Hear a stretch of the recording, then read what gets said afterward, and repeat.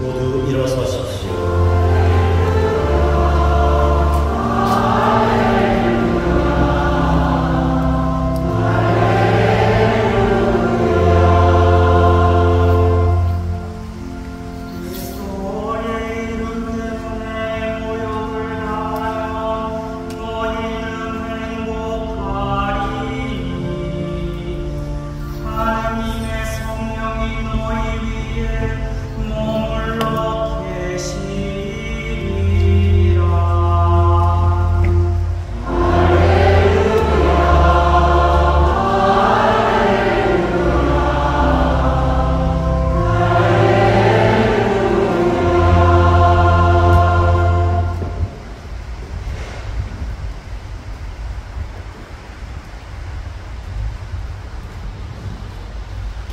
주님께서 여러분과 함께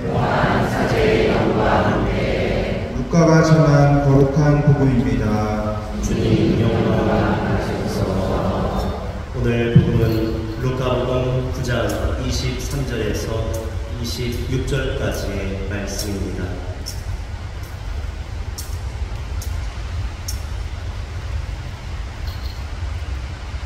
그때 예수님께서 모든 사람에게 말씀하셨다.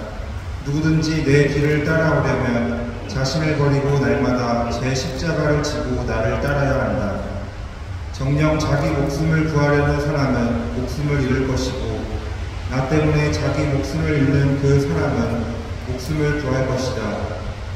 사람이 온 세상을 얻고도 자기 자신을 잃거나 해치게 되면 무슨 소용이 있느냐. 누구든지 나와 내 말을 부끄럽게 여기면 사람의 아들도 자기의 영광과 아버지와 거룩한 천사들의 영광에 쌓여올 때 그를 부끄럽게 여길 것이다. 주님의 말씀입니다. 그리스도님 찬미합니다. 잠시 서신 채로 고개 숙여 복음서 강목을 받으시겠습니다.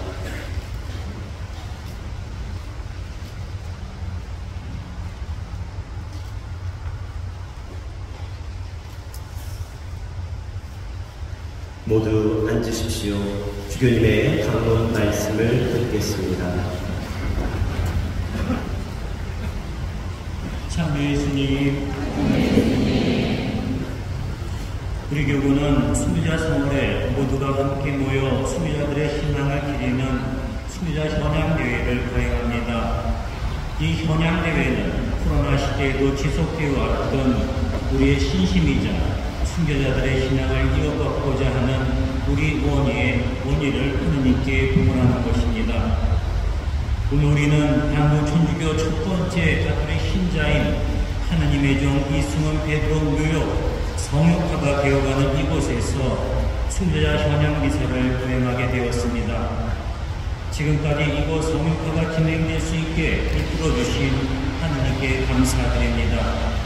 그리고 미사를 시작하면서 인사드렸지만 교황대사님이신 조바니 바스카리 대주교님께도 인천교구를 방문하시어 함께 순교자 현양 미사를 참석하고 계심에 깊이 감사를 드립니다.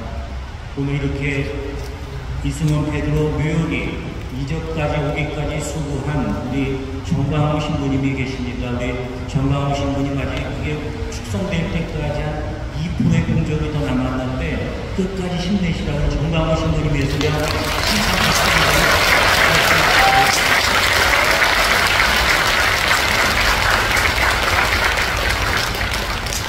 신부님 무척 노력하고 계신데 하나 못하시는 게 있어요. 왜냐하면 그것은 꼭 신부님이 이렇게 미사를 준비하시게 되면 비가 온다는 거예요. 작년에도 비가 오고 올때 비가 오는데 분명히 내년에 우리가 할 때는 맑은 날씨에서 축성미사를 공헌할 것 같습니다. 그때까지 여러분들 많이 기도해 주시고 신부님도 힘차게 끝까지 말이 무리할 때까지 일하실 수 있도록 기도해 주시기를 청하고 싶습니다.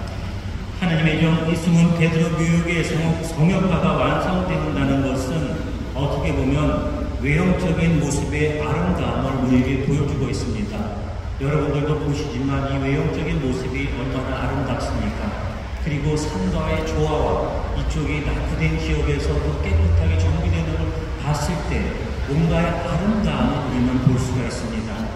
그리고 보이는 모습으로 우리는 더 한국 천주교의 초기 신앙 선조들의 신앙을 더 깊이 생각하게끔 우리를 이끌어줍니다. 선교사 없이 신자들 스스로가 그리스도교 신앙을 받아들인 것은 하나님의 놀라운 섭리였습니다. 하지만 그 하나님의 은총과 섭리를 마음으로 열고 받아들인 신앙의 선조들은 박해와 죽음 앞에서도 기쁨과 희망의 신앙을 보여주셨습니다. 그러기에 오늘 이곳에서 우리가 드리는 미사는 우리로 하여금 외형적인 순교자 겨냥 심신과 더불어 내면적인 면에서의 우리 모두가 늘 깊이 묵상할 순교자들의 신앙을 생각하게 우리를 이끌어주고 있습니다. 저는 오늘 순교자들의 신앙을 생각하면서 1866년 12월 23일에 리델 주교님이 파리 외방 정부에 보낸 편지의 일부를 여러분들에게 읽어드리고 싶습니다. 큰딸인 12살짜리 안나가 남동생들에게 하는 이야기를 들었지요. 이제 사람들이 신부님과 아빠와 엄마를 잡으러 올 거야. 그리고 우리도 잡아다가 천주를 버려라. 그렇게 하지 않으면 사지를 자르겠다고 말할 거야. 그럼 우린 어떻게 해야 할까? 그러자 동생이 말했습니다. 난 이렇게 말할 거야. 마음대로 하세요. 하지만 나도 아빠처럼 할 거고 천주를 버리지 않을 것입니다. 그래서 내 목을 자른다면 나는 천주교로 가겠죠. 어린 동생이 덧붙였습니다. 그럼 난 사토에게 이렇게 말해야지. 나는 천국에 가고 싶어요. 나리들이 교우 가면 천국에 가겠지만 나리들이 교우들을 죽이니까 지옥에 갈 거예요. 그러자 안나는 두 남동생을 껴안고 이렇게 말했습니다. 그래, 우리 다 함께 신영하는 거야. 그래서 아빠랑 엄마랑 신부님하고 같이 천주께 갈 거예요. 하지만 그렇게 하려면 천주께 기도를 잘 해야 해요. 그 사람들이 우리를 아프게 할 거거든. 머리털이며 이도 뽑고 칼을 빼고 커다란 몽둥이로 때릴 테니까. 신부님도 그러셨어. 기도를 열심히 하지 않으면 견딜 수 없을 것이다. 이 편지를 읽으면서 박해 시대의 신자들의 신앙을 깊이 느낄 수 있었습니다. 하나님께 대한 굳은 믿음이 가정 안에서 자손들에게 그대로 전달되고 있음을 느낄 수 있었습니다. 프란시스코 교황님께서는 조부모의 날을 설정하시면서 신앙의 대물림을 강조하셨는데 우리 선조들은 바로 그렇게 신앙을 자손들에게 물려주면서 신앙생활의 모범을 보여주셨습니다. 하지만 이 글을 읽으면서 더 깊게 다가온 것은 죽음을 마다하지 않는 그리스도교 신자로서의 희망을 산다는 것이 무엇인지를 그대로 보여준 것입니다. 그분들은 그것이 그리스도교 교리인가요? 라고 물으면 그분들은 당연히 이렇게 대답할 것입니다. 그렇습니다. 저들도 모두 오늘 천국에 들어갈 것입니다. 그게 우리의 목적이고 궁극의 희망입니다.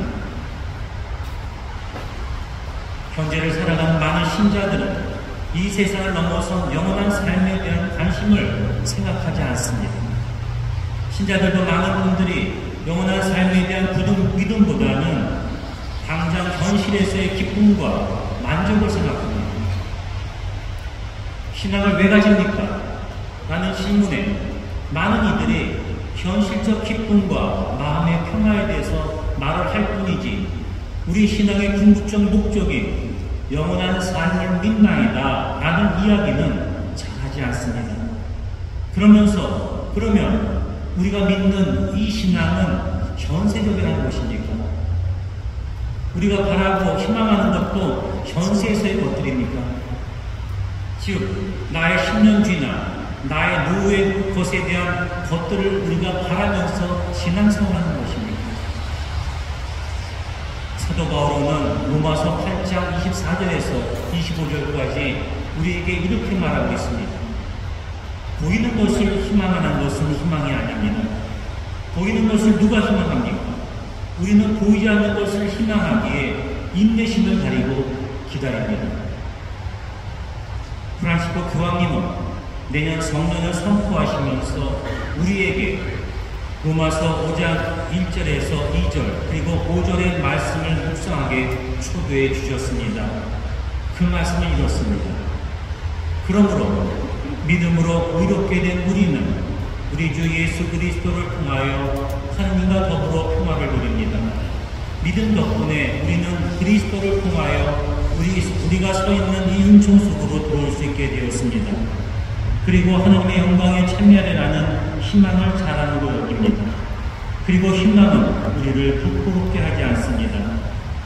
우리가 받은 성령을 통하여 하나님의 사랑이 우리 마음에 부어졌기 때문입니다. 우리의 믿음은 삶의 희망을 불러일으킵니다. 우리 믿음은 절망과 죽음의 말을 하는 것이 아니라 사랑으로 무장되어 용기를 가지고 세상을 향해 새롭게 출발할 힘을 줍니다. 왜냐하면 예수 그리스도의 죽음과 부활을 통해 우리들도 죽음을 넘어선 영원한 생명을 얻게 되었고 하나님과 함께할 수 있는 천국에로의 초대를 받았기 때문입니다. 그리고 이 은총의 덕분에 우리는 이 세상을 넘어선 희망을 살 수 있게 되었습니다. 초대교회 신자들은 바로 우리에게 이것을 보여주셨습니다. 죽음을 넘어선 부활과 궁극적 희망이 있기에 현세의 박해와 고통을 넘어설 수 있는 용기와 힘을 가지고 살 수 있었고 모든 일을 사랑 안에서 행하였던 것입니다. 그리고 이는 하나님 안에서 굳건한 믿음을 더 깊게 해 주었던 것입니다. 로마서 8장 24절에 사도 바울은 우리에게 이런 말씀을 하십니다. 우리는 희망으로 도움을 받았습니다. 사도 바울의 말씀처럼 우리도 현세의 삶을 넘어선 영원한 삶을 지향하고 그 삶을 향해 희망을 가지고 나아가는 신자들이 됩시다. 우리 신앙 선조들이 보여준 희망의 삶을 우리 삶에 살아가도록 합시다. 왜냐하면 우리 모두는 하느님 안에 영원한 동락을 누리기를 원하고 믿는 사람들이기 때문입니다. 이 미사를 공헌하면서 희망의 삶을 살아갈 수 있는 은총을 청합시다. 그리고 순교 성인들의 신앙이 우리에게 그리고 우리 자손들에게도 전달되기를 기도하도록 합시다. 한국의 모든 순교 성인 성녀들이여 저희를 위하여 빌어주소서.